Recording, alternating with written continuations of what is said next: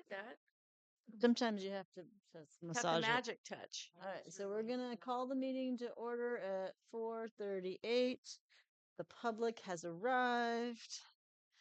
And so number one, we have a quorum and we have an agenda. The chair will entertain a motion to approve the agenda. Oh, I can approve it. Or Okay. make a motion to approve it. Darcy wants, and I'll motion second to approve the Okay. agenda. All in favor of approving the oh, do we need public input on the agenda before we approve it? I think they made it's over. Oh,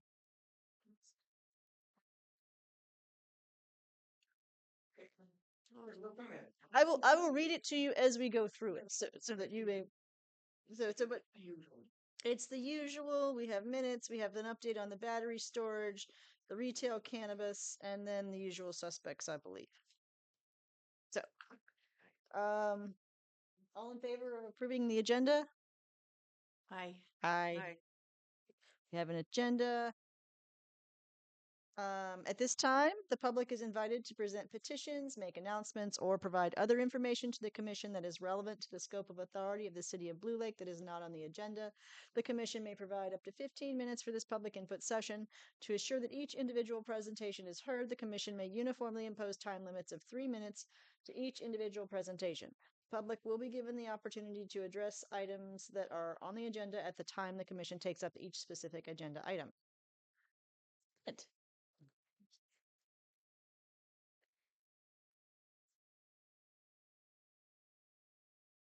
So there's all these rumors out there in the Facebook land and things.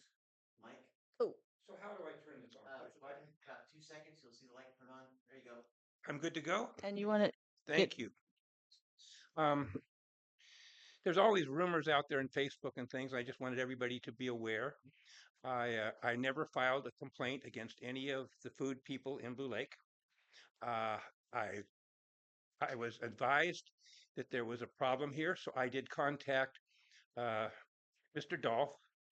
And the problem that we've had in Blue Lake, and this is definitely economically based because it has to do with all our food distributors here, was that he was not getting any kind of a responsiveness to his comments and emails with the city manager and your staff. And so, of course, I greatly appreciated the fact that economically this is something that's important to everybody here. And so I went ahead and I had him forward me the comments he had, sent them out there. Within 3 hours, after years of not having a response from Blue Lake, then Emily started getting back to him to see what it was going to take to get everybody to be legal, to have their licenses they have. Unfortunately, they were misinformed by city staff that these licenses weren't required, and now everybody's put in a very bad position. And I'm sorry that that happened to these people. It's kind of like the guy who was doing the pizza down here. It's been alleged to me, public perception bailed because he said he kind of thought he might be needing a license, which he did, and all these people do. It's a process. Everybody who's going to be handling this it goes through a ringer, and that's what happens. So basically, my relationship with the county is very good, and with this Mr. Dolph is very good. And so anyway, my thing is to try and bring all these people into compliance so that they can continue to have businesses here in Blue Lake. So there's rumors out there that this was initiated by me. I had nothing to do with it. I heard about it, and then I was the person who got the message out there, and unfortunately, it went for years before this was addressed. So now we have to deal with that, and so we have to deal with that locally. Another economic thing that I want to talk about is my building, the Emporium, and I'm hoping to work with the city to do what the city is not doing, possibly convert the Emporium to 3 or 4 residential units in the main building with 3 or 4 live work people there who would have their studios, just like was supposed to happen in the ozone. That's not happening. And to me, this is a very good reuse, repurposing of the property, and that's what the state wants us to do: is take commercial buildings that are not viable for commercial use and repurpose them to ways they're usable. It still would have the commercial use and still enable this to happen. So that's something that I would like to work with sometime when I have staff that's willing to work on these kind of projects for Blue Lake. So anytime any of you have any questions regarding my knowledge or things, it's always best to just reach out to me. And the same as try to reach out and come and communicate with everybody. So there's no misunderstanding with what my objectives are in Blue Lake. So thank you for my. Oh, I did want to make another mention. We have people outside of the area. Current Construction is somebody I've tried to work with to bring into compliance on the things they're doing. And now that's alleged that some people uh, are attempting to go after permit that they have just outside of our city up here. And I got a hold of John Ford. I get a hold of the expert. The permit basically is an old permit, allows them to go 365, 24/7 doing what they're currently doing. And I just wanted everybody to know I'm trying to keep the business viable around Blue Lake and in Blue Lake. And I think we need to have that kind of basis. So thank you for the opportunity to speak today. I did want to offer one thing that I thought was really nice that you said is compliance. The importance of a business compliance. It is. Yeah. And we have some businesses That that need you to be just brought into mentioned compliance. I that understand that, and it's, I'm working toward them actually following the rules they have to have. So I appreciate your I mean, support of there's that only topic. been violations since 2001. So, well, anyway. Anyway, it's a project I'm working on to bring people into compliance, and everybody has to follow the rules that are out there. And I'm equal opportunity as far as that goes. I sometimes sometimes you have to work with people, give them some time to do things when you're able to. And the main thing is to bring everybody into compliance, following the rules, so everybody's on the same page, And same page. Facebook was not very, regarding the situation with Kernan, was not very balanced. I don't do Facebook, so I don't know. I Yeah. just get secondhand It's information, which is kind the of sad. information that was Maybe I'll start given. doing Facebook. I hate to do No, it. the information that was provided was not accurate. Sure. And there were 6 people who just moved here that were starting to cause Hmm. problems. Yeah. Well, I try. You've been here longer and just moved here. Haven't you moved here a little while like we went to high school together? Well, actually, our family has lived in that location for 70 years. So there you go. So Yeah. anyway, I like to have respect for the old families, especially that have been here a long time. We get a lot of people who come into the area, and I refer to them as idiots. They wave their hands, they cause problems, and then they leave after a while, and we're left with the results of their prejudices and the things they do. So thank you for the opportunity to speak. And if you have any questions, everybody knows I got my phone numbers are out there, my emails out there, and I'm happy to communicate with anybody. I like to get smart and learn all sides of a story, and then I try and make an informed. Well, maybe you should have come and talked to me, Kent, if you want both sides of the story, because there is another side and you don't have it. And you're welcome to reach out to me and give it to me. All I had was the legal side coming from the county, and that's all I had. And it was pretty old news. Yeah. But in the meantime, I had gotten inspected and I begged 3 times for the lady to come back and re-inspect me. Uh-huh. And she didn't answer me. It was crickets. I asked for some help on some other stuff and I got no response. Okay, well, that's So I appreciate there's the other feedback. sides to the story. So my thing was just dealing in facts, and the facts that there were No, things you brought to think me. they're the facts. The facts were brought to me, the situation we're in. Now we just need to deal with the situation. So that's where I go. Thank you for the opportunity to speak I again. think we're getting on. Thank you, Kent. Okay, thank you. Would you like to speak as a member of the public? I'm okay. Can I have your name so that I can have it in my who's here? Sure. Verda, Verda, P-I-T-S. It's NODB. B-E-R, let's see. V-E-R-D-A, Verda. I- You just, V-E-R-D-A. Verda. Yes. And, and you're, And last is Pitts, P-I-T-T. okay. Thank you. Okay, so moving on to item 4, we have minutes from the January meeting. And I wanted you to know that I have the wrong month on there. So Oh, I've so there should be revised a them. correction. Yeah, that should be So I have Jan. corrected ones here.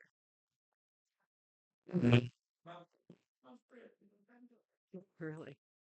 All right, let's give me this. We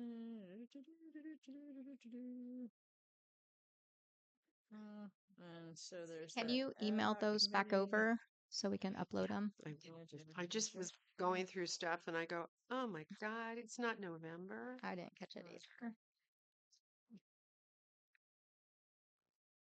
Would anyone like to make a motion about the minutes from the January 14th meeting?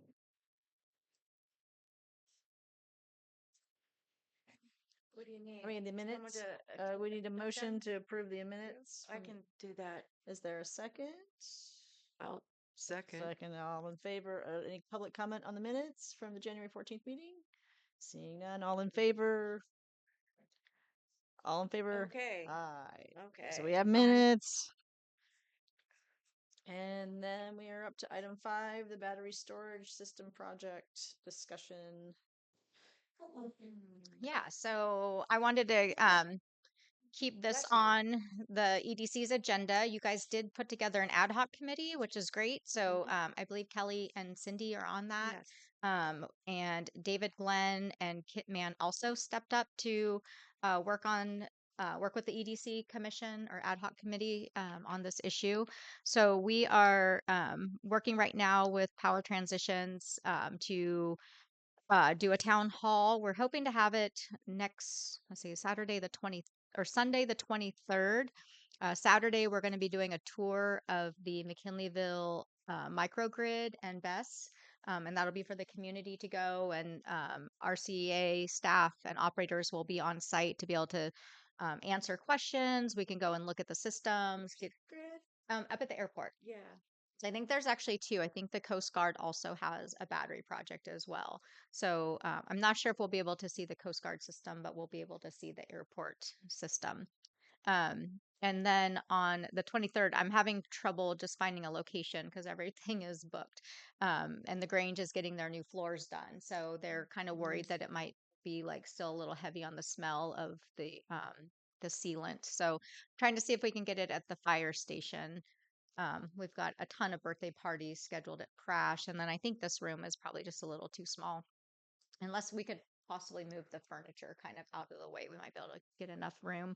Um, we're working to look at sequencing of that project. Right now, one of the ideas is to reduce the footprint down to a 2-acre purchase and do the small project, and then look at a phase 2 in the future, which could include a lease of up to 4 acres. The 2 acres would allow the city to work with the developer to remove the buildings, clean up the site, and do the project. And then the 4 acre could be looked at as a potential lease or a sale. But there would be an opportunity to lease at that point because we wouldn't need the revenue or the value of the property to clean up. Most of the cleanup would be done. So that is a proposal that is being looked at right now and will be presented here shortly after it's been reviewed by legal and stuff. So that was kind of an option to kind of help meet the needs of the community, regarding sale versus lease, but also be able to meet the objectives of cleaning up the site, getting rid of the buildings, the turbines, the conveyors, and getting the site to a point where it's safe. It would also allow us to relocate our city corporation yard to the site as well. And so we're working right now to look at proposed layouts so that everyone's systems can work together, that all our ingress and egress roads would be compatible. Because we are working with the Eisners and the Kane family right now to sell the city corporation yard. They've got a development plan they're working on to present to council, and they would like to get that going fairly soon. And that's a really great project for the Powers Creek district. So Is that the container village? it is, yeah, yeah. So they're still really excited about focusing on recreation and the mountain biking community. So we had a conversation with them last week about kind of what some of their concepts were to try and get a proposal to council. And they still are really interested in doing the container modifications to be able to do like a bike and gear shop. They talked about potentially doing a couple of restaurants, also some little like VRBO units, and then really focus on mountain biking. So like the outdoor seating. It's How many is there a limit VRO units? we don't. We have very few, so it hasn't really been an impact. BRBO. Like a vacation rental Airbnb type stuff. Airbnbs. And is that a new spot for the city um shop? So Had you had another spot you were going to move it to? we've always been looking at moving it over to the power plant site. Okay. Yeah. I just didn't remember Yeah. that. Yeah. So didn't the know. city corporation yard City is a really great developable piece Yeah. of property. It backs up to the Russo property as well. So, working those two developments together really makes both really good developments. They'll work together, for parking spaces and ingress, egress, and really turning it into more of a functional space. Right now, the Russo property is really, really limited. I don't know how that configuration came about, but it's really, really limited on what you can do there right now. So like and their property together through a shared easement for access, it opens both up to better flow and more development potential. So really exciting. Um, and they really see the future. They invested, a lot into the bike park to help get that going. And they're really focused on being able to capture revenue from that, seeing that as a real anchor economy. So it's really nice to see, people that have that investment in Blue Lake who are successful business people who have businesses already wanting to reinvest and wanting to focus on recreation and seeing that as a very investment worthy project. So it's nice to have those conversations. Obviously, one of the big issues right now with battery storage facilities is the Moss Landing fire. So we've been really monitoring that closely. That was a real frontal uh, environmental kind of disaster. And I think it was good. I mean, it wasn't good that it happened, but it gives us a really good look at, kind of a worst case scenario project and looking at what the city would want to mandate and have in place to ensure that something like that would never happen on this That was project. a different set of battery configurations. It was so It was the bad polar, configuration. and it was so polar opposite of the project that we're looking at. I mean, Yeah. just the scale and size of that project it was the largest battery storage project in the world. It had, I think, my. 110,000 batteries. It was an inside um, facility, no containers. They didn't have fire suppression. Nothing was Old up to school. standard. Yeah, just a really terrible. They'd had multiple fires there. They had one, I think, in 2020 and 2022. Just a really poorly put together project. I have So, a question. mhm. So um the opportunity for the battery people to build their batteries and store that on that property Mhm. is worth the tear down uh, amount and cleanup of the site. And how long of a lease do they get for tearing that down and cleaning it up? Sure. So they're proposing to purchase 2 acres in exchange. Part of the problem is they would lease it, but they're not going to clean it up. If we want to pay to Oh, clean it up, then they would be interested in leasing, but they're not going to it come in. comes with a sale. Yeah. Does there need to So be a subdivision? we'll do lot line adjustments Okay. most likely. So we have 3 parcels down there. So we were going to need to do that anyways as part of, the master planning. So right now, some of the steps are being taken. There is an appraiser that's being brought on board. And they have been out to bid for demolition contracts so that they can, see what the cost of demolition and remediation would be. So the idea would be to assess the 2 acres, say it appraises for 1.5 million. The cost of the demo might be, So they would purchase the grid tie? yes, yeah. So that's part of the appraisal. Yeah, all the infrastructure is part of the appraisal. Okay. So say it appraises for, say it appraises for 1 million. The cost of demolition and cleanup is 500,000. The city will get a check for 500,000. The site gets cleaned up, the batteries go in, and they operate and own that 2 acres. in the future, they want to possibly look at leasing another 4 acres. Originally, they talked about purchasing 6. Mhm. And then Mhm. through talking about, some of the concerns of the community about leasing versus selling, they said, well, the 4 acres that we would want to look at in the future wouldn't have all of those issues. They wouldn't have to be all cleaned up. There aren't buildings to tear down. So we would be happy, to entertain a lease for that. So Has the Okay. city thought about how many acres they want batteries to be on? yeah, so it's already limited by the tie-in. So the tie-in to the grid already limits the capacity. Mhm. So that's a limiting factor. And then we had looked originally at 6 as being the max. And so looking at as these projects, the technology starts to get smaller, the footprints start to get smaller, the technology gets better. The 6 is probably the max we'd want to look at, but 2 acres right now is, would be, is really easy to, assume in, because that's also part of where the city corporation yard needs to go anyways. We've always known we needed that section to kind of be our more utilitarian space. We knew we were going to need a corporation yard.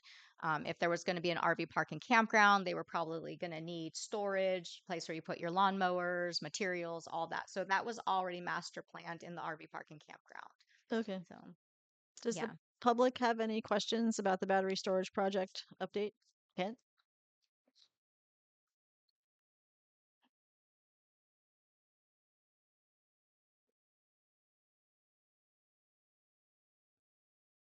My autism requires me to do due diligence. So I've had 2 or 3 conversations with, I think it was Goldstein initially when this came forward. It's the main guy. I was down in Mexico and we had productive conversations.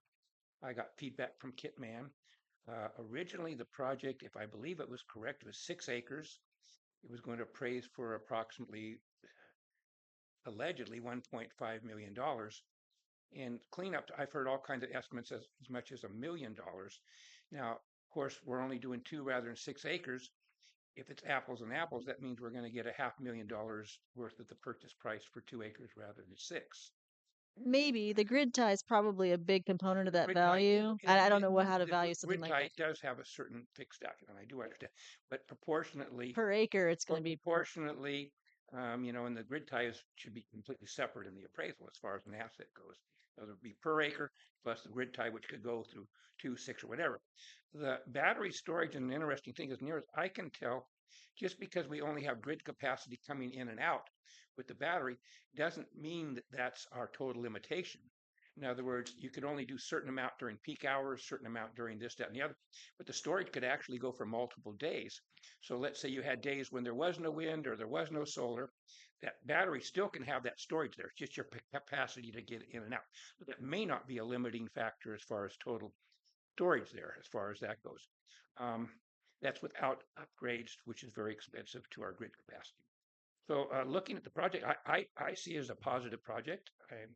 I've been in favor of it, even though some people haven't, basically from the start, because I did do my due diligence, did my research, found out from Kit a lot of the research that he relied to you guys, and other people also I have access to that are top-notch people in the field that are not involved in this particular project. They do the big projects, for other countries. So anyway, it's going to be an interesting process. I don't know how many days we have left, and then they get an extension, if I recall, potential extension.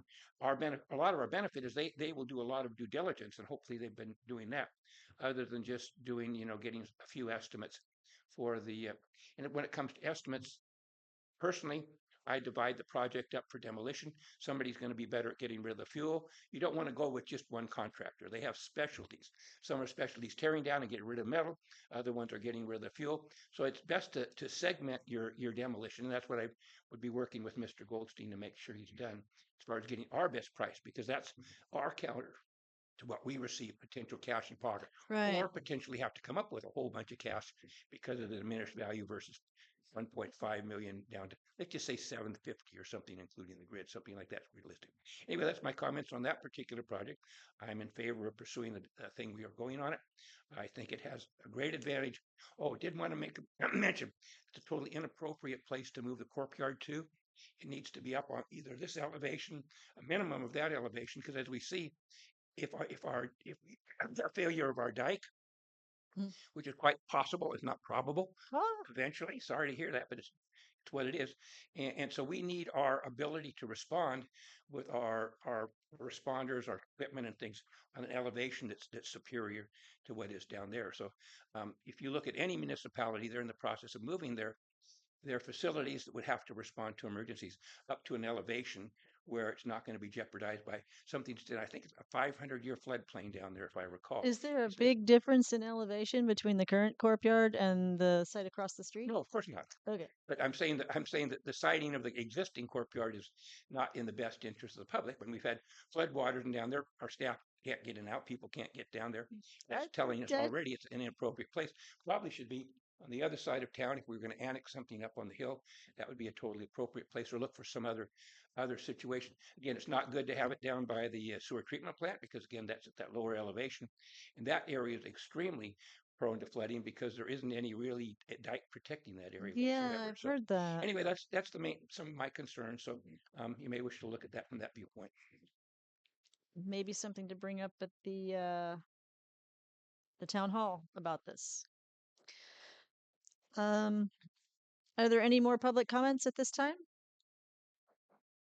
Any other comments from the commission? Mandy, No, like, where yeah. where would we find out about these meetings? The microgrid tour and the town hall. Yeah, so we're advertising on social media. It's on our website. We've got posters up. Um, Tell your friends. I have extra posters. I've been trying to place around locations. We've letting the commissions know. Um, yeah, so Okay. that's kind of our usual All right, I our will check usual for that. resources. But yeah, I'm not on social media either. yeah, I try not to get on there Sometimes I either. should not be. The world is a lovelier place I didn't without it. realize I was such an evil person. You learn a lot about yourself apparently on I social know media. you do. And do we have a time with Kit and our ad hoc or my, Yeah, I don't know if I didn't see anything come back yet to see if you guys want to get a meeting time together. well, I do. Yeah. I just didn't respond. Okay. So Everyone followed your you should lead have then. put it on Facebook. I would have responded. Yeah, maybe I'll give you guys a little poke. Okay, so Yeah, and then just so you know, so Power Transitions, they've brought on an engineering firm, Tetra Tech. They're a big engineering firm. I've worked with them in the past on hazard mitigation plans, but they have people all over. I think they're an international firm as well. So they are evaluating.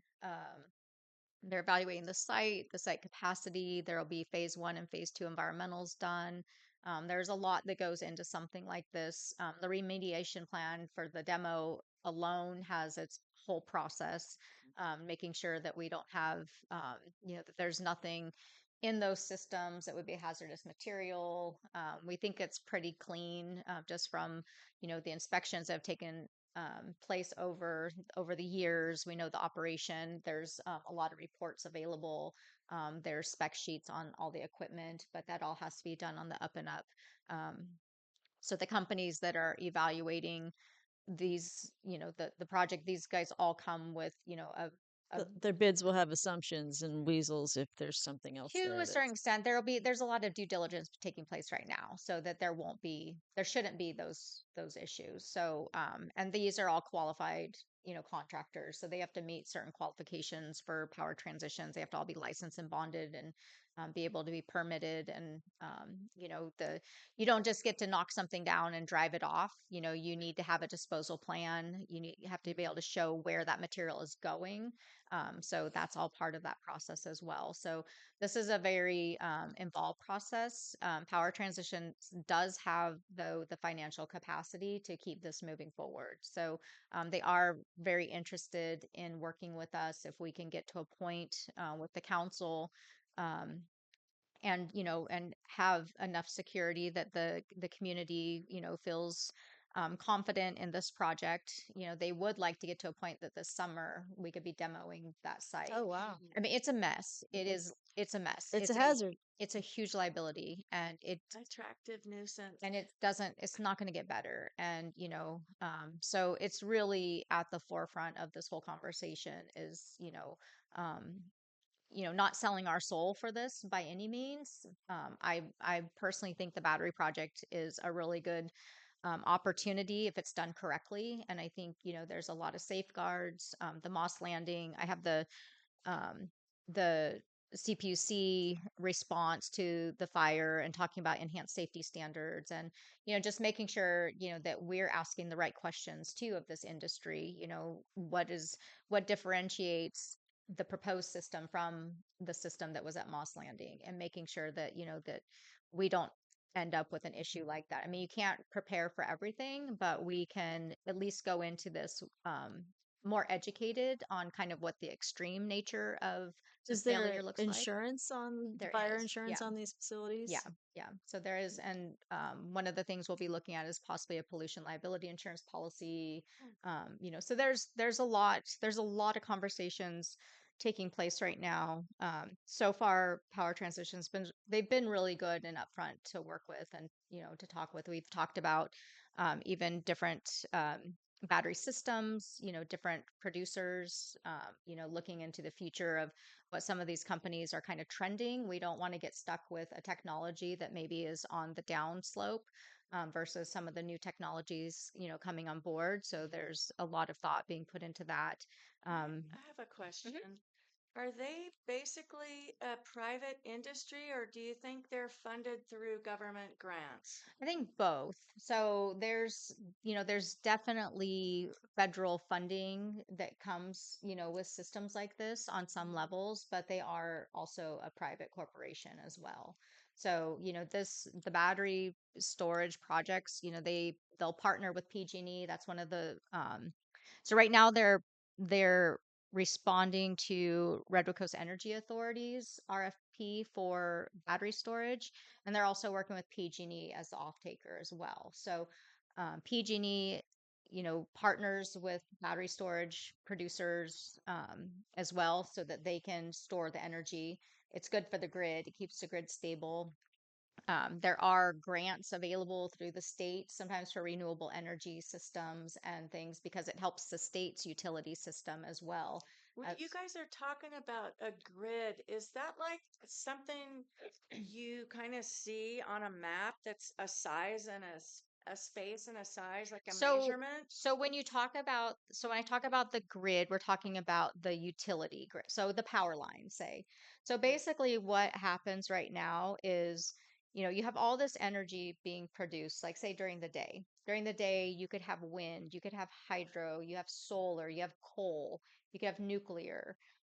All these different energy sources are creating the energy that gets distributed out to everyone's house and business via the grid. Gotcha. What's happening right now is we're producing an excess amount of renewables. So it's like at your house, if you had a solar system on your house, you're producing all of this energy during the day, and most likely it's when you're not really there. At night, when you come home from work and you want to use your heater and your TV and all these things, you're buying PG&E based grid power because you don't You've wasted yours it because well you it, don't save it. Unless you've right, got a battery unless storage. you have a battery system at your house. So if you have a Tesla, say you have a Tesla wall, that system during the day, what you're not using charges up your battery. So then at night when you come home, you start using energy from your battery. So you're not paying PG&E anymore. And so that's what these battery systems are doing. They're taking all the excess energy that's being produced from renewables and it's storing it for the time when people need the extra, and it sends it back out. So it stabilizes the markets. You're not getting these swings, in pricing, peak time, off peak, demand time. It's all stable because the energy's there. Like It what? also allows you to take offline those real dirty, polluting energy like coal plants and things that usually are the systems that come on later and help to subsidize the energy demand. So it's allowing like this last year they said, we had started having like brownouts and, where they're calling saying, hey, reduce your usage, turn off your air conditionings, but it's getting hotter. So people, these peak demand times down south, it's 115 degrees. People are running their air conditioners. And so the grid can't keep up with that use. This last year was the first time that we had enough battery storage come online that we didn't have to have that reduction because there was enough excess energy to send back into the system without having to pull from these other systems. So It's a little bit wave of the future. It just needs to be dialed in and perfected a little. yeah, and there are battery systems all over the world.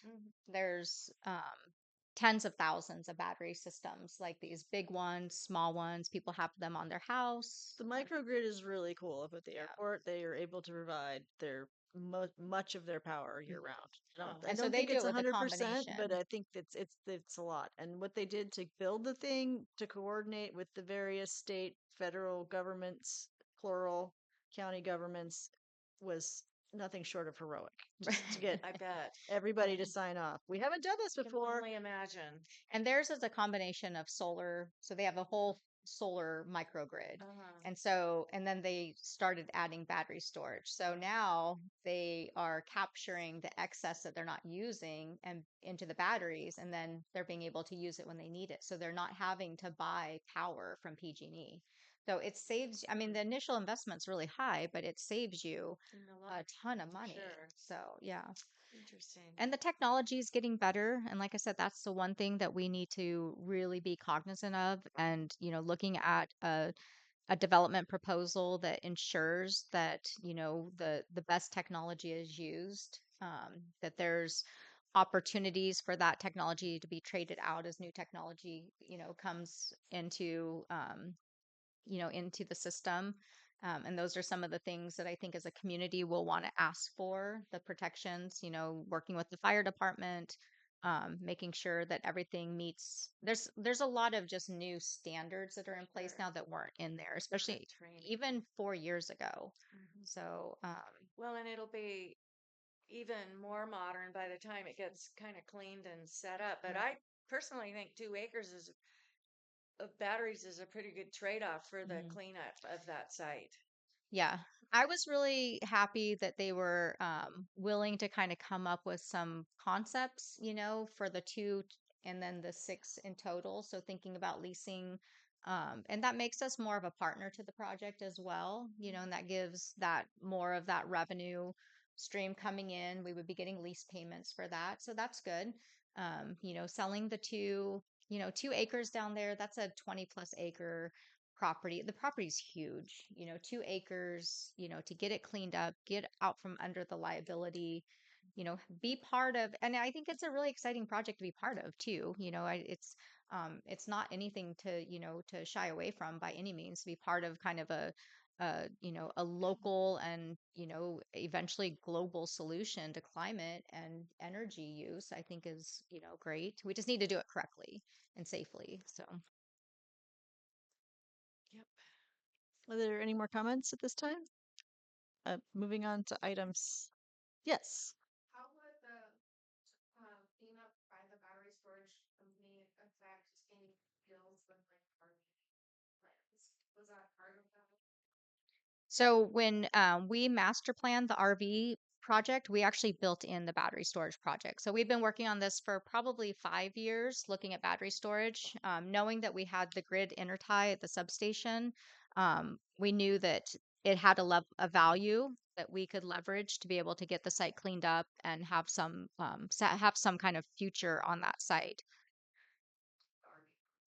Yeah, so it's rather than passing the cost of cleanup off to the RV park development. We did build that cost in though when we did the pro forma for the RV park. We built in a buffer of about $850,000 for cleanup, not knowing if we would be able to get a project. So those numbers, so cleaning it up through this process allows us to bring down that development cost, which makes the profit margins higher on the RV park and campground.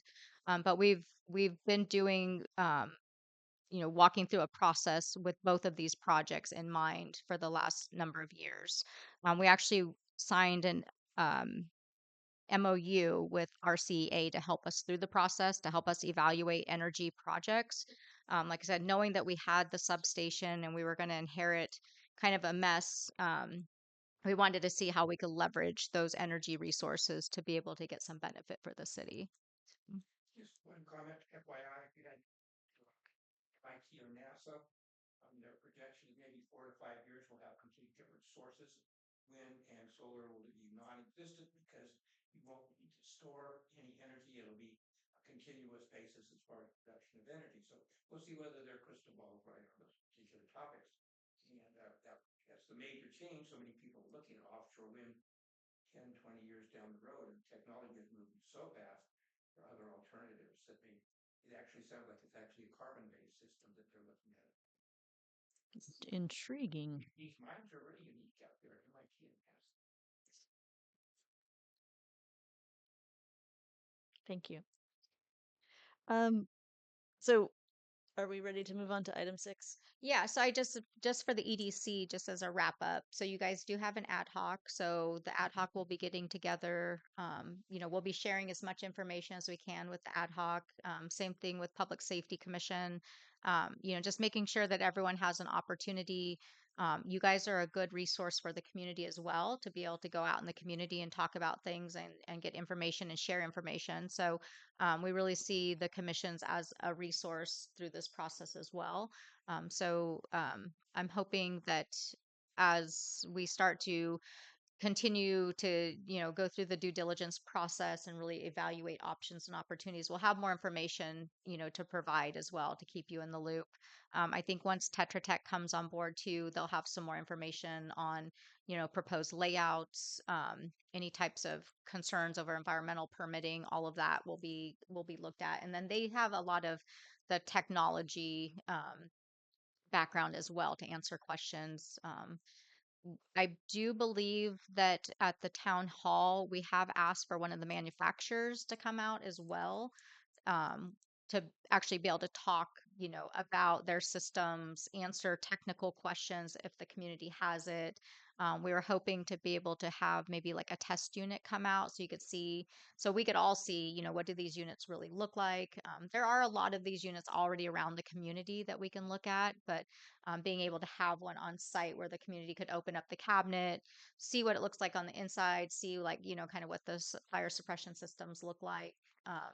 So we're trying to see if that's a possibility. If not, like I said, we'll do the microgrid tour, and then we can also see if we can get to some of the other sites that have these. So St. Joseph Hospital has the battery storage.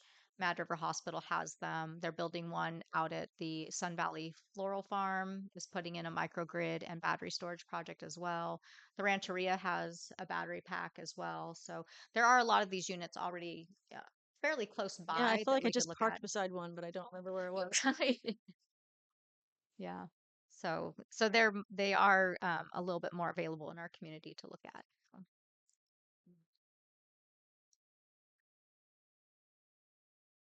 All righty.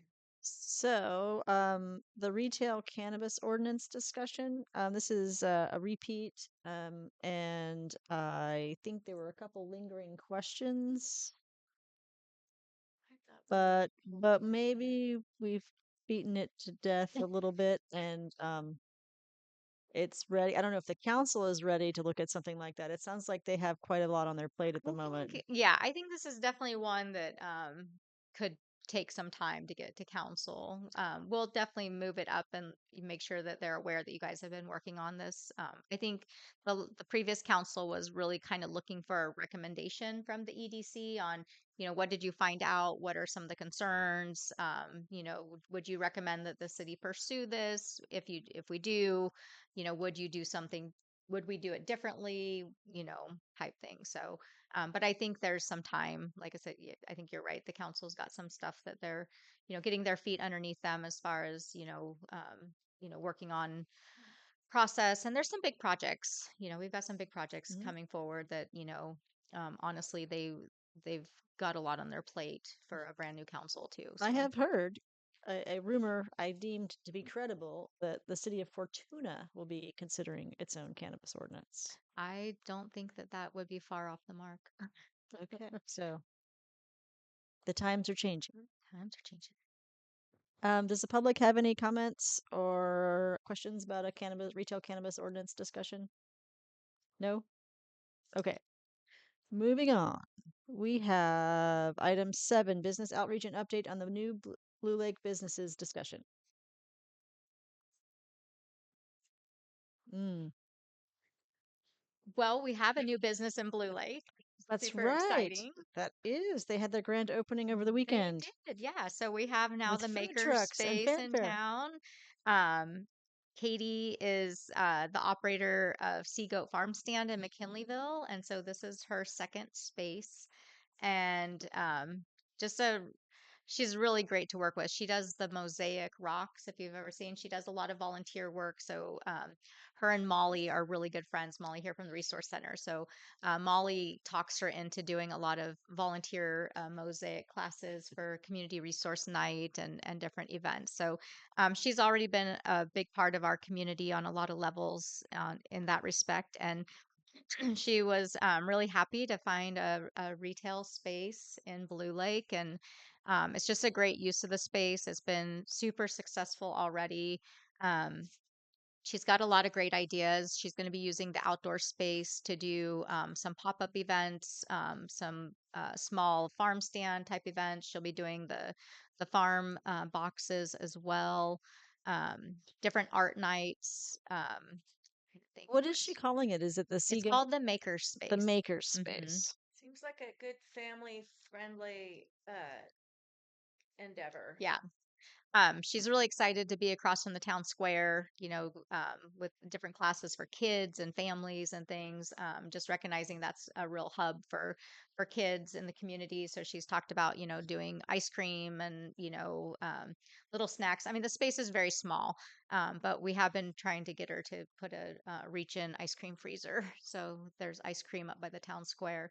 But she's got a lot of great ideas. She's starting off, this time of year, it's a little harder, it gets dark and cold. And so she's doing Friday, Saturday, Sunday right now from 1 to 5. And then spring, summer, she'll look at expanding her hours. She's also looking at doing some special classes. I just saw an ad that she's doing a partnership with the Lager Bar for a kind of a paint and sip um, uh, night. I think it's like the end of the month on a Tuesday night, I think. So it's like $30 and you get a piece of pottery to paint and you get a cocktail voucher or drink voucher. Um, at the logger. So that's fun, seeing already that she's reaching out to partner with businesses. That'll bring more people into the logger as well on a night that maybe isn't as busy. So that sounds really good. I've already done some pottery. It was really fun. I took my little nephew and we went and spent an hour or so up there painting pottery. So we had a great time. And yeah, it seems really, really popular. And she's got a really good following too. Sea Goat Farm Stand has I've really heard things from all sorts of people he's how really built a the reputation and very supportive of artists, crafters, small businesses. She does a lot. So she's got a really strong network. One of the things that we talked about was, the number of artisans that we have in our own community and being able to connect that space to our artists. So if there's any opportunities to have, art markets or even have kind of a local display, her space is really, really, really tiny. So there's not a lot of room, but she did she say, might be able to find space over at Del Arte or somewhere nearby if they have an yeah. opportunity. And I think, being able, we offered, like crash hall and stuff, if you have a bigger class or whatever and you want to, expand your space, we'd all be happy to, to work through all of that. So yeah, I think she's just going to be a great addition. I'm hoping that she'll get Keiko now to stay open longer too, because having painting pottery at 3 o'clock, I was like, my gosh, I need a mocha or something to keep me going. But Keiko did stay open later for her grand opening, so that was really good. So maybe she'll think about that. So yeah, so that's been exciting to see. Um, I don't know if you guys have had a chance to do any outreach or talk I to haven't been businesses over yet. there, but I I was out of will. town for the Okay. grand opening. I was gonna go and take a grandkid though. Yeah. It's, I was in town. I'll have to go check it out. I need someone to paint for me. I am not artistic at all. Just go abstract. Yeah, it's fun. I think, she really is filling a niche. It seemed like we had a lot of people come out that weren't from Blue Lake, and a lot of them said, oh gosh, we love to do this, but the local like Parasol Arts and stuff had either closed down or was limited in That's their right. There time. have been these businesses that came and Yeah. went, And and so people were super excited to come out to Blue Lake. And so it was great, so it's bringing people, out from other areas to Kent, come the out to the bottom of community. your building would be a fun spot for something like that. A gallery and just a little. Underneath where the pick goes, maybe in the summer. we can do graffiti down there. I get a lot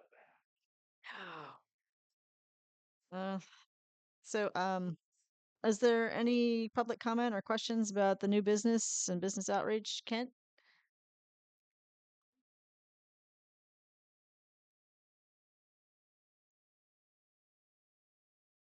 Well, I just would make a suggestion regarding her business. Took a little while to get compliant with the requirements, the farm stand process. So if she's moving the whole business over here, she needs to get a hold of DHS Environmental Health as far as permitting goes. We don't want to be in a position where we have that happening again in Blue Lake. So that is always a concern.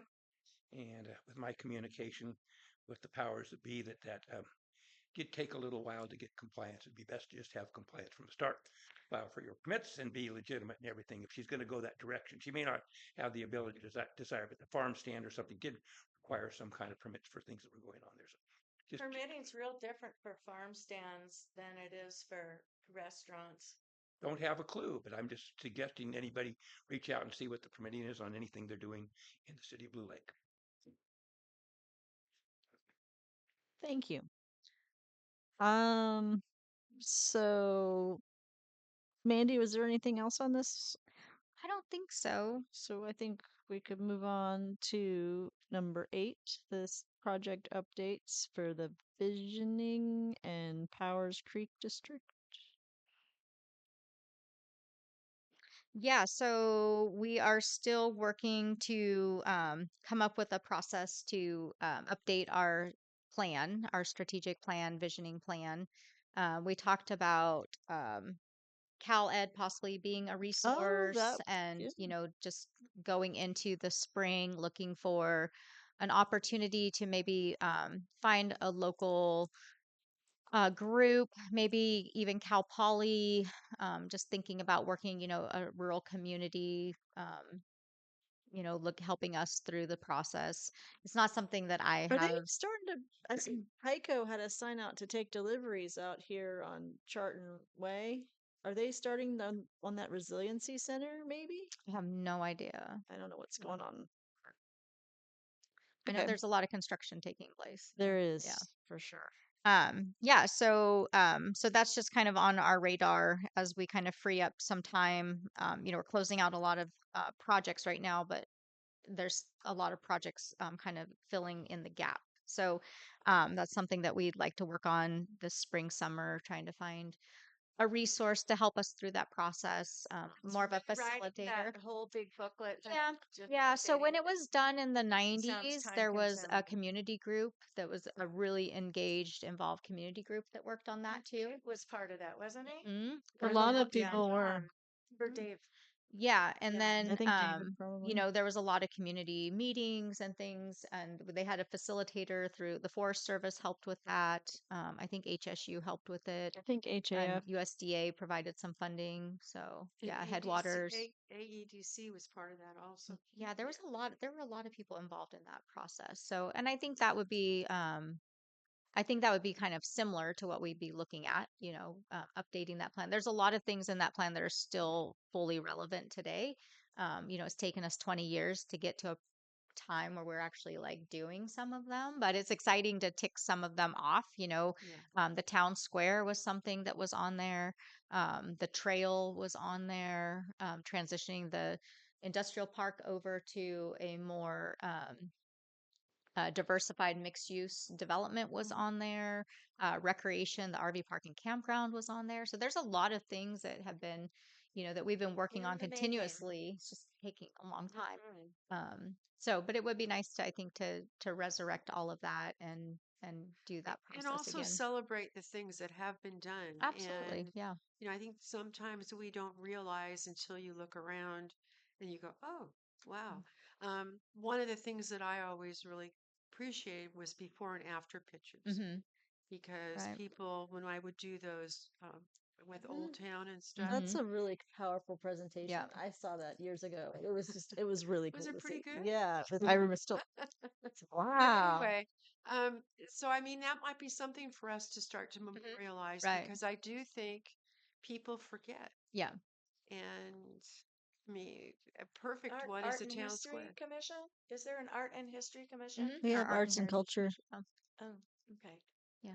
But that would That be might be good. a good A project Mm-hmm. for perfect one them. is the town square. Yeah. In fact, I Right. was just looking at because we have our hallway to the bathroom in City Hall. We have poster boards up of like our it's like our Vision. visioning poster boards, and we've all got pictures on there of ideas we like and things. And one of them was the town square, and it was from years ago, and it started out, the pictures of what it looked like, and then we had, pictures of all the kids there with their post-it notes, doing their Yeah. ideas, and then, then it was like the next cycle, and then we got the little Headwaters grant, and there were pictures of that as we got it cleaned up a little bit, and then, just to see the transition over the years, it was really cool to see that. So, yeah, I think it does really have an impact to see how much work has been put into We improving have so these. many historic pictures in Hmm. this community. Yeah, The museum has lots of old photos, right. and Kent does in his in the Emporium windows.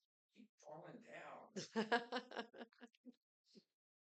No, I mean, we do have some, and our history really needs to be celebrated. Hmm. It does.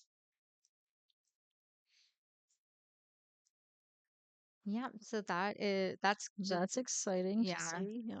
it's just one of those ongoing projects until we find resources to do it.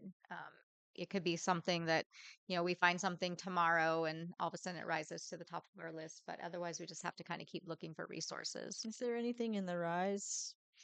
I tried to tap into that, and it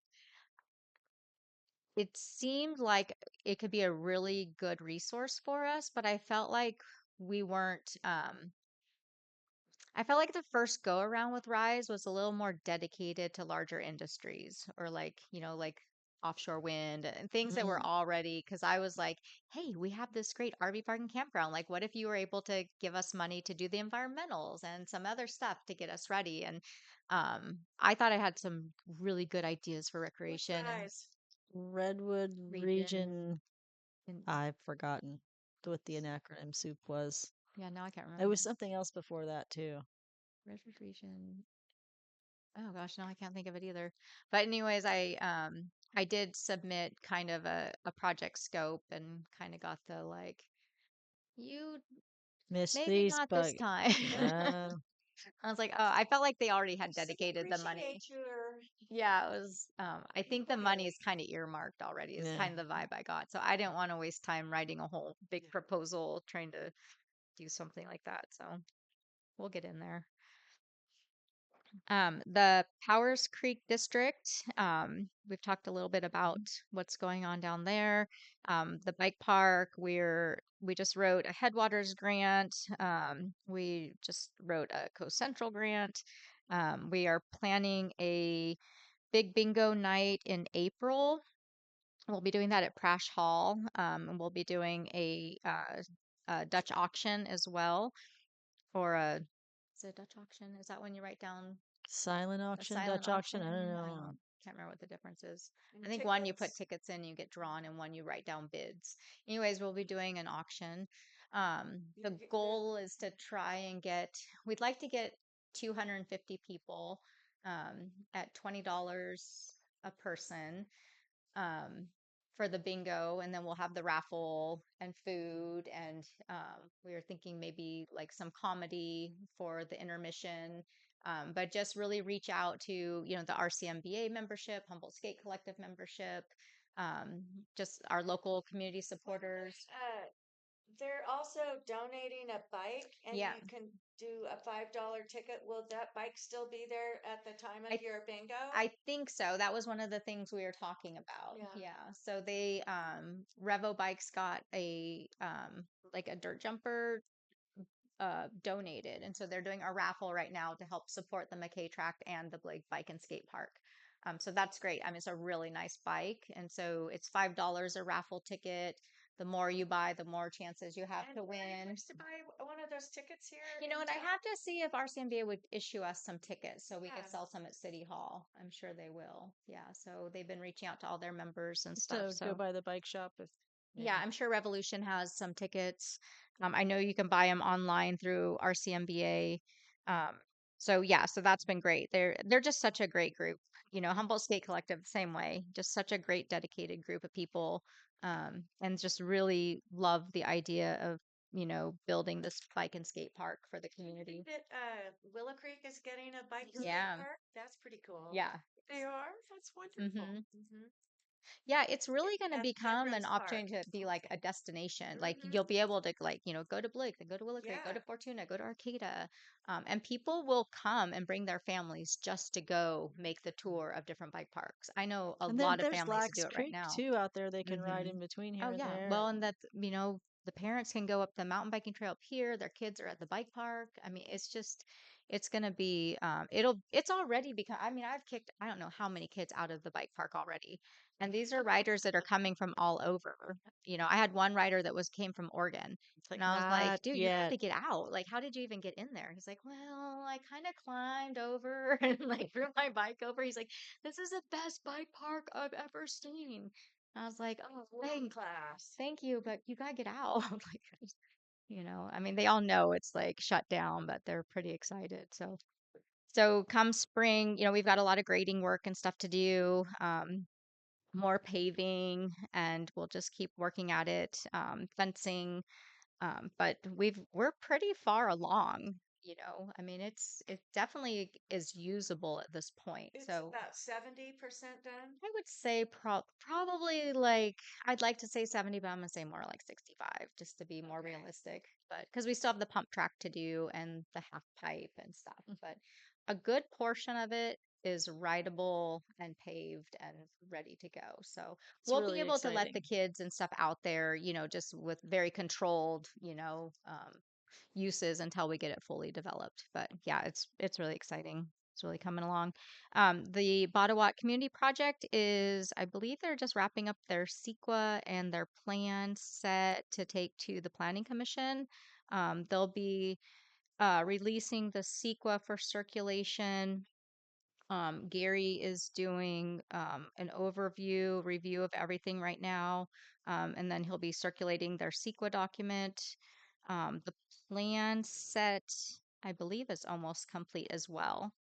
So that's really exciting to see that, coming together. And the really cool thing about that is the architect on that really loves bike parks as well and recreation, and he's got young kids, and so he was really excited to be able to build in additional recreation connecting features to that development. So, especially the retail commercial space will be really connected to those outdoor spaces. So, if we can entice, like Los Bagels had, talked a lot about coming out, and they say they still are coming, but they really wanted to be connected to the bike park because they said, that's where families are going to come out for that bike park, and we, want to capture that business. So it's all really laid out in a way to, provide those open, connected spaces, so people can come in off the trail, come in off Taylor Way, sit out there, shop, eat, whatever, and their kids can play, on the bike park and stuff. So yeah, it's really really looking nice. So hopefully that will get to the planning commission soon, so they can start looking at that and evaluating the project, and then we will take whatever the next steps are on that. I talked about the Eisners buying the city corporation yard. We have an exclusive negotiating agreement with them right now, so we're just kind of working through a purchase option that will be presented to the council. one of the biggest things, and we've talked about this here before, is just sequencing that sale so that we get the type of project that we all envision. So we talked with Kenny and Tavis last week about, developing a development plan, maybe a site plan, and then talking about how the we would get to the point where we were, turning over the title to the property.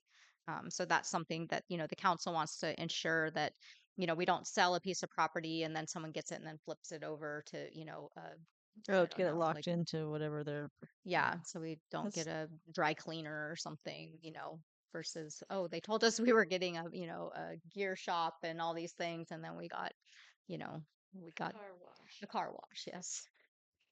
So, so that is being worked on as well. We talked about the best project. I think that's all I have for the Powers Creek district. If you have any Does questions. the public have questions or comments? Kent.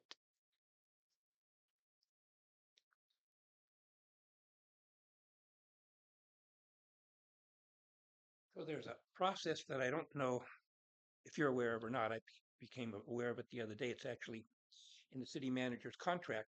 We're supposed to have a visioning between January 1st and April 30th of each year, where the council has a visioning thing.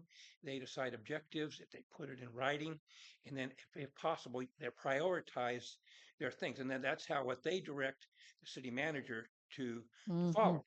And that's supposed to be assessed at each year, but I haven't seen that process happening that I'm aware of, but I look forward to it being, because that gives every year we get to have visioning. And every year says, well, this is what we want to see. The council then directs the city manager, possibly to direct you folks, please study this or do that to support the visioning and the overall goals. So I think that's an excellent thing that needs to happen. If I can't understand why it hasn't, but anyway, go from now and just try and get that set up so that we all get to have input for what we feel the vision should be in the open forum with the city council, and then that's passed on and implemented and assessed each year. So each year it's supposed to have an assessment, basically. How do we do? Scorecard, we accomplished this. We don't want to do this anymore, but we want to change that. So I look forward to that. Just a little thing regarding we were talking about displays and pictures and things like I have in my window. I've got two wonderful windows down there, which hopefully I will be able to develop. And when you have like museums displays that aren't being used this time of year, they're closed, put those in the window, they can change them out. So that space will be open to the public to kind of show some historical things that tie to the building and our local things. So that's one project I hope to embark upon maybe this summer, enable the people to do that. And we can use it for all kinds of different purposes. Have to have limited access because of liability problems. But I think maybe we can get people who are willing to sign hold harmless indemnification for changing out different displays and things in there. So anyway, that's a little bit about that one. Wouldn't that big document that we just talked about cover the visioning? I think he was asking about an annual visioning, and that is more of a planning document for a longer time period. I don't think that So hasn't been there's updated. two things. So as part of my evaluation, the council yearly evaluates my performance and they set goals for Uh-huh. me through that process. Most of those are related more to uh, just my capacity as a manager So it's versus more of a project based. performance It's a evaluation. performance evaluation. Yeah. The municipal code, however, does talk about yearly visioning with the council. So, we've had kind of these ongoing larger projects that, that we've been working on for a number of years. And so we report on those and talk about those, how things are moving, where we're at. So I provide a manager's report every month that shows where we're at in the process on each project that we've Like we that do we've that been working every on. meeting.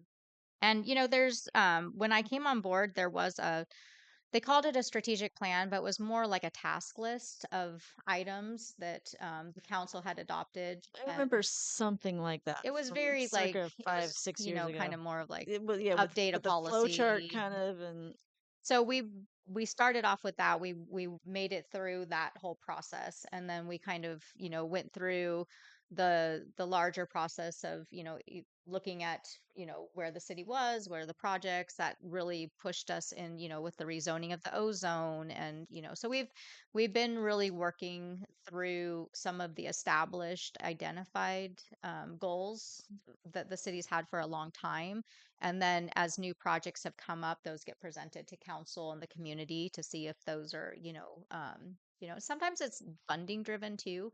A project comes, like the bike park is a perfect example. Mhm. We'd always identified recreation as an opportunity, but I didn't really know anything about bike parks until my son started riding. And then all of a sudden the kids were asking for a bike park and then RCMBA. So then, And the enduro got to be a bigger right. So then we deal. took that to council and the planning commission to see if that was something. The planning commission recommended setting aside the land for it. The council approved that and approved us to move that forward. So then I report on the progress of that monthly. And that's an opportunity for the council to either, say, it's going in the right direction, or what about this?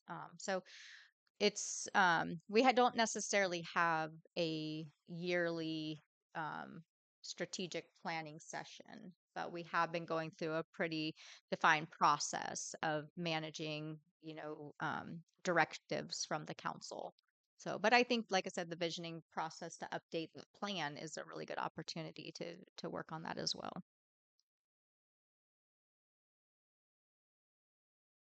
Any more questions from the commission? So that brings us up to the chamber report. Justin, you had your meeting last night.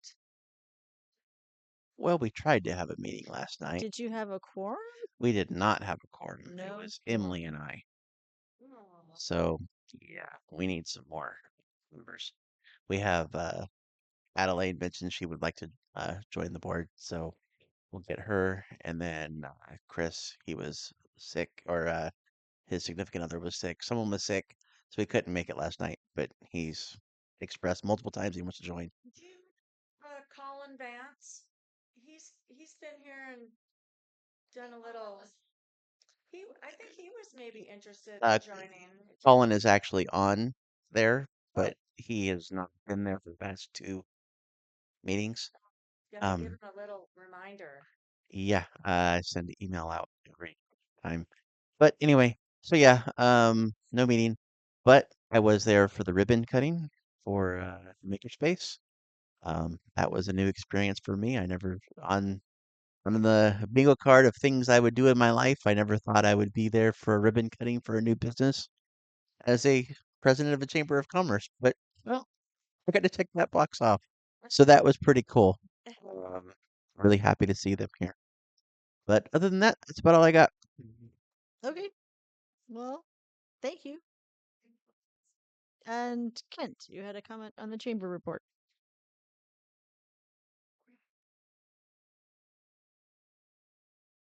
I do, and I've been tracking the web page for the chamber, and maybe it's been updated since I checked last time, which was a couple of weeks ago. But everything on there is like 23, one or two things from 24, and I know it needs an update basically because we're looking at Annie and Mary Day. If you have people you want to come out here and they schedule their whole summer out to come out and do their booths and things. And so if we don't have something out there and we're not soliciting that at this time, other people may book something else in the weekend. I know we're changing it so we're not competing as much with either of the major rodeos, which is fantastic. But I think a little bit of time needs to be spent updating that particular web page. Especially with the date change of Annie Mary That's Day. a really big thing, and that actually should be on the city web page and multiple things, and should be being promoted so that we get people know well in advance. Otherwise, they plan their summer out, and we're not on the to-do list. So Yeah.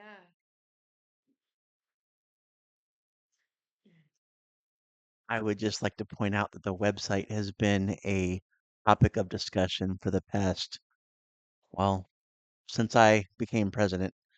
And it is in the process of going through. We all know anything to do with government or any kind of things that have to go through a committees take time. We do have a member that is talking um, with Emily. They're working together to possibly make those changes, but they have not happened yet. I agree. I want to see that website updated just as bad as anyone else, if not more. So it is in the process. It's just a long process. Thank you. Any more comments?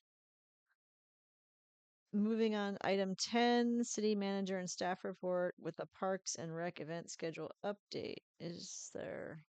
Yeah, I'll just keep it really short. We've talked about a lot of our projects already. Parks and Rec, we're just right in the middle of the height of our skating season. They had a really good January. I was just looking at their numbers and they had almost a $10,000 month for skating. So that was pretty amazing. So yeah, they've there's a lot of really good stuff coming through there. We've got kids basketball. We partner and rent our facility out for some of the schools that don't have their own school gym. So we've got regular basketball going on. We've pickleball going on. There's a tournament Saturday? I believe so. I believe Maybe. there's something. Yeah. Um, Lots and lots of parties. We kind of revamped some of our skate party, birthday parties. So that's been really popular. Um, We've upscaled our snack bar, so that has been really fun. Their sales have really increased there. So yeah, lots of good stuff. And Emily's right in the middle of we're planning spring and summer events right now. Looking at summer camp, we have a break camp coming up. We're working with a couple of the local schools right now to get summer camp stuff set up and looking at staffing, getting some of the young kids trained up to work summer camp. And I think that's about it for right now. Town Square, we're wrapping that project up. The lumber for the new trellis is all milled and it's been kiln dried and stained. And so when we get a break in the weather, the Old Crows will be installing that for us. And then we're going to kind of just, we have a, Permit? we have a permit. We have a building permit. So, the last kind of stuff to go in the town square, we'll be getting the bathroom installed. We'll be doing the art panels, a community bulletin board, some new flower planters. We're going to do the flower planters on the light pole. We have some signage and then some additional seating options. And then we'll be done with the town square and close that project out. Greenwood is almost complete. We're just doing punch list items right now. We'll also be doing some additional landscaping to just kind of pretty up the route. But it's looking really nice. Does look nice. Yeah, and we're seeing a huge decrease in speeds by the school, which has been great. So the two speed tables are really helping. I talked with one of the crossing guards the other day while we were painting pottery, also one of the teachers. And she said she's really seen a huge improvement. So we're happy to see that as well. And I think that's all I have. Well, thank you. That is plenty. Is there any comment from the public at this time? So, okay, moving on, item 11, announcements. Is there a plant sale in the museum future? Do we have a date yet? It's not Soon. specified. Okay. The weather hasn't really been cooperating. No, it's not spring yet, but Well, it will be here starts. before you know it. With the changing of the date of Annie Mary Day, do we know any other big like festivals that happen every year, like the Buddy Brown The or Folk Life the Festival. Folklife and Oktoberfest? That didn't happen last year. I wonder if and then Park and Rec stuff. I wonder if there could be like a calendar made until you guys get your website done, maybe by I don't know Park and Rec or to Well, put on some site. do we actually go ahead and submit to like the North Coast Journal or Yeah, because it they have a depends on what our events are, but we have been, I know they do like the Lost Coast Outpost, event schedule. There's some that are just free. You just have to populate them yourself. So the bigger events, they make sure they get in all of those as well. But yeah, I'm sure you guys will get your website up here pretty soon because it's the same system that we have. So it's probably more just content right now. I was actually approached by a former chamber member who mentioned that he was going to be writing an article Oh yeah, for a Marvin. newspaper. So yeah, so Marvin, he'll be